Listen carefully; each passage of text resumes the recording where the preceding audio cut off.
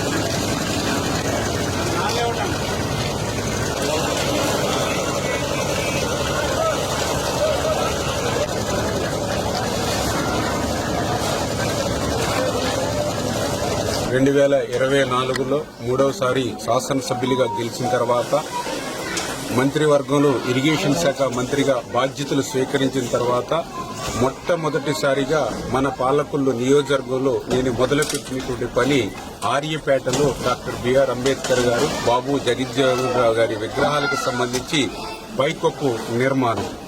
ఆ స్ఫూర్తితోటే నా పాలకొల్లు నియోజకవర్గంలో ఉన్నటువంటి మహనీయులు డాక్టర్ బిఆర్ అంబేద్కర్, ప్రపంచ మేధావి, భారత జాతి ముద్దు బిడ్డ, డాక్టర్ బాబు జగజ్జీవన్ రావు, ఆ రోజునటువంటి రాజకీయాలు తప్ప లేకపోతే ఆయన ప్రధానమంత్రి పదవిని అధిష్ఠించేటువంటి మహోన్నతుడు. అటువంటి మహనీయుల విగ్రహాలు ఎండకి వానకి మరి తడుస్తూ ఎండుతూ ఉండకూడదు అనేటువంటి ఉద్దేశంతో నా నియోజకవర్గంలో ఉన్నటువంటి అంబేద్కర్, బాబు జగజ్జీవన్ విగ్రహాలన్నిటికీ కూడా ఆ పైకప్పుని మరి ఏదైతే నిర్మాణం చేయాలనేటువంటి ఆలోచనే కాకుండా అందులో అవకాశం ఉన్నంత వరకు కూడా నేను కూడా శ్రమదానం చేసి ఆ మహనీయుల స్ఫూర్తితో నేను కూడా పనిచేయాలి అనేటువంటి ఆలోచనతో మరి ఏదైతే మొన్ననే వారం రోజుల క్రితం చింతపురం గ్రామంలో మరి ఆ రోజు ఈ యొక్క అంబేద్కర్ గారి విగ్రహానికి సంబంధించినటువంటి మరి యొక్క స్లాబ్ నిర్మాణ పనులు ప్రారంభించి ఈ రోజు ఆ స్లాబ్ నిమిత్తం కూడా ఇవాళ వర్క్ చేయడం జరిగింది. మరి త్వరలోని ఇంకా ఏదైతే ఈ యొక్క అంబేద్కర్, బాబు జగజ్జీవన్ రావు గారి విగ్రహాలు ఏవైతే ఉన్నాయో వాటన్నిటి నిర్మాణాలు కూడా 1 by 1 ఒక్కొక్కటి కూడా చేపట్టి ఈ యొక్క ఆ మహనీయుల యొక్క రుణం తీర్చుకునేటువంటి విధంగా పనిచేస్తానని చెప్పి మీరు చూసుకోండి. నాకు ఒరిజినల్ కలర్ రావాలి. లాస్ట్ టైంలో వేసిన కలర్ అప్పుడు సుబ్బారావు డల్ అయిపోయింది. గోళ్ళకేశారు కదా, గోళ్ళకేసి అన్ని కూడా ఇప్పుడు ఎన్ని కూడా డల్ అయిపోయి అన్ని కూడా కొంచెం రాలేదు. వీళ్ళకి 2 ఉండాలి, మనకు తెలియకూడదు, మీరు ఉండాలంటే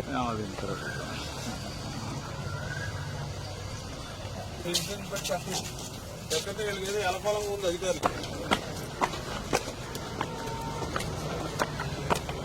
రండి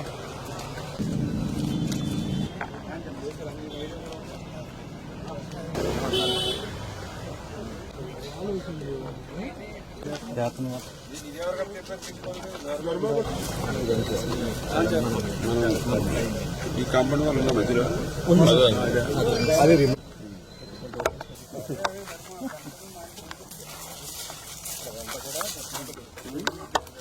మీరు ఉన్నారు కదా మాకు మీకు ప్రధానికి ఏముంటాయో వచ్చి కూర్చోడానికి ప్రార్థన అంతే.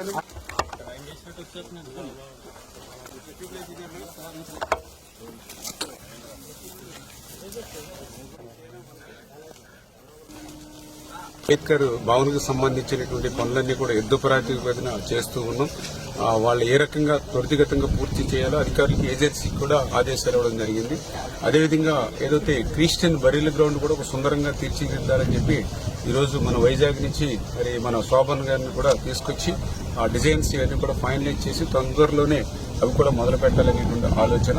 అదేవిధంగా గౌడ సెట్టిబల్జీ భవనం ఏదైతే ఉందో అన్న మాట ప్రకారం 3 కోట్ల నిధులు మంజూరు చేయడమే కాదు, మొన్న డిజైన్స్ ఎందుకంటే 6 సంవత్సరాల నుంచి ఏదైతే పిల్లర్స్ వేసి వదిలేశారు కాబట్టి గాలికి వాతావరణానికి ఏమైనా పిల్లర్స్ ఏమైనా తేడా ఉందా, దాని స్ట్రెంగ్త్ ఎంత అని చెప్పి మళ్ళీ ఐఐటి వాళ్ళతో కూడా మళ్ళీ టెస్టులు చేయించుకుని ఇప్పుడు మళ్ళీ టెండర్స్ పిలిచాం.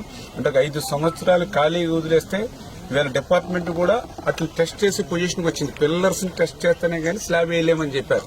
అంటే జగన్మోహన్ రెడ్డి విధ్వంసానికి ఎక్కడో అమరావతితో పోలవరం కాదు, గౌడ సెట్టిబల్జీ భవనం కూడా ఆ యొక్క స్లాబ్ కి సరిపోతుందా లేదా 5 సంవత్సరాలు నిరూపయంగా వదిలేశారు గాలిలో వాతావరణంలో అని. మళ్ళీ దాన్ని వేళ కరెక్ట్ చేసుకుని దానికి కూడా 3 కోట్ల రూపాయలు టెండర్లు పిలిచాం.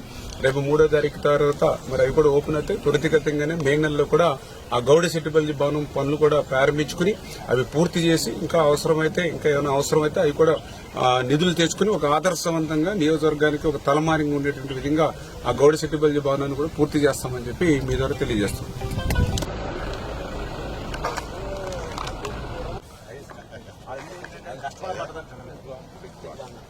మన ఆల్రెడీ తీసేసిన తర్వాత మాకు చూపించుకున్నాం కదా, మా ఎదురు ఉంటాయి కదా, మంచి ఎంత ఎదురు తెలియదు కదా.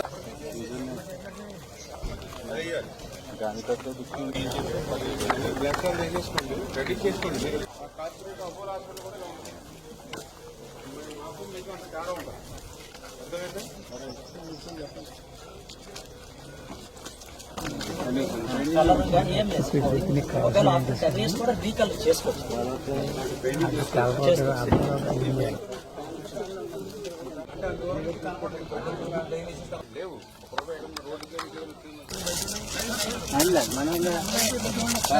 పాలకొల్లు ప్రజలకి ఒక మంచి ప్రభుత్వ ఆసుపత్రి. ఎందుకంటే ఆ రోజు 30 పడకల ఆసుపత్రిని 98లో చంద్రబాబు నాయుడు గారు 50 పడకల ఆసుపత్రి చేశారు. మళ్ళీ ఆ 50 పడకల్ని మళ్ళీ ఒక్క పడక కూడా మళ్ళీ 98 తర్వాత పెరిగినటువంటి పరిస్థితి లేదు. మళ్ళీ ఆ రోజు 14-19లో నేను ఎమ్మెల్యేగా ఉన్నప్పుడు ముఖ్యమంత్రి గారి యొక్క సహకారంతో ఆయన ఇష్యూరెన్స్ తోటి మళ్ళీ డిపార్ట్మెంట్ సెక్రటేరియట్ తిరిగి 12,60,00,000 రూపాయలు నిధులు మంజూరు చేసి 100 పడకల ఆసుపత్రిగా మార్చి టెండర్లు పిలిచి వర్క్ అగ్రిమెంట్ కూడా ఇచ్చాం. 1 year లో పూర్తి చేయాలని చెప్పేసి అగ్రిమెంట్ కూడా ఇచ్చాం. దురదృష్టం గవర్నమెంట్ మారింది. సంవత్సరంలో పూర్తి చేయవలసినటువంటిది 5 సంవత్సరాలైనా సరే పూర్తి అవ్వలేదు మాట నుంచి అసలు ప్రారంభోత్సవం చేసుకోకుండానే బేటలు తీసేయడం, ఎక్కడ చూసినా నీళ్లు నిలబడిపోవడం, స్లాబులు లీక్ అవ్వడం చూస్తే నిజంగా చాలా బాధ, ఆవేదన మాకు మొన్న అధికారంలోకి వచ్చిన తర్వాత చూసాం. అందుకే మళ్ళీ దీనికి ఆర్కిటెక్చర్ గానీ అదేవిధంగా డిజైన్స్ గానీ అన్ని ఫైనలైజ్ చేసుకుని ఆ రిపేర్స్ అన్ని కూడా ఒక్కొక్కటి చేస్తూ దాని ఎలివేషన్ గానీ గ్రీనరీ గానీ అంటే ఒక హాస్పిటల్ కి ఒక వైద్యం నిమిత్తం వచ్చేటువంటి వ్యక్తి ఒక ప్రశాంతమైన వాతావరణం ఉండాలి, ఆ రకంగా తయారు చేయాలనేటువంటి ఆలోచనతోటే దీన్ని ప్రతి వారం కూడా ఇన్స్పెక్షన్ చేసి ఈ 9-10 నెలల నుంచి ఈ ఆసుపత్రి యొక్క రూపురేఖలు మారుస్తూ భవిష్యత్తులో ప్రజలందరికీ కూడా ఆమోదయోగ్యంగా తయారు చేస్తామని చెప్పి మీ ద్వారా అందరికీ తెలియజేస్తున్నాం.